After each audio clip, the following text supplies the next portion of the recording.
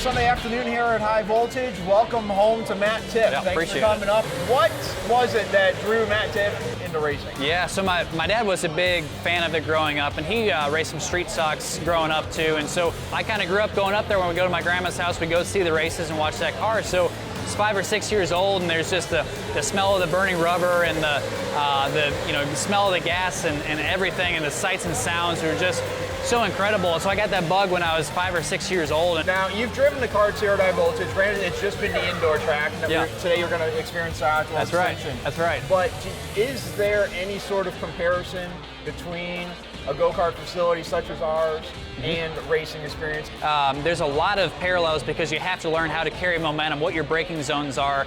All of those things happen at the cup level too, or in any level of NASCAR stock car racing. So to me, go-kart racing has always been a great parallel. So you started with your karting at Barberton. Yep. You're up at Thompson. You're traveling with the go-karting.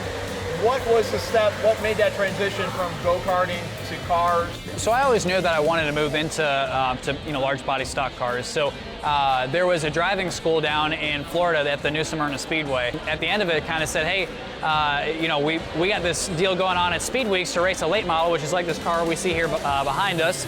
And it's 8 races in 9 nights. It's a great way to get introduced to racing. What is your biggest cup moment so far? A lot of guys, when they sign cup deals, they get a race or two before to get their feet wet and kind of slowly transition to the Cup Series.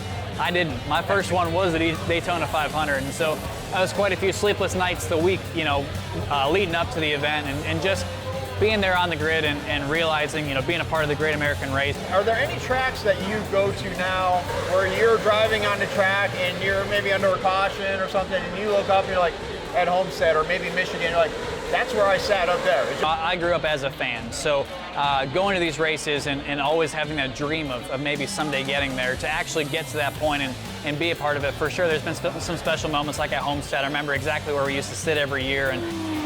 So everybody, that kind of brings it to a wrap of having Matt Tifft here. Matt, thank you very much for coming out. Always a pleasure to have you home, so to speak, or back to Northeast Ohio.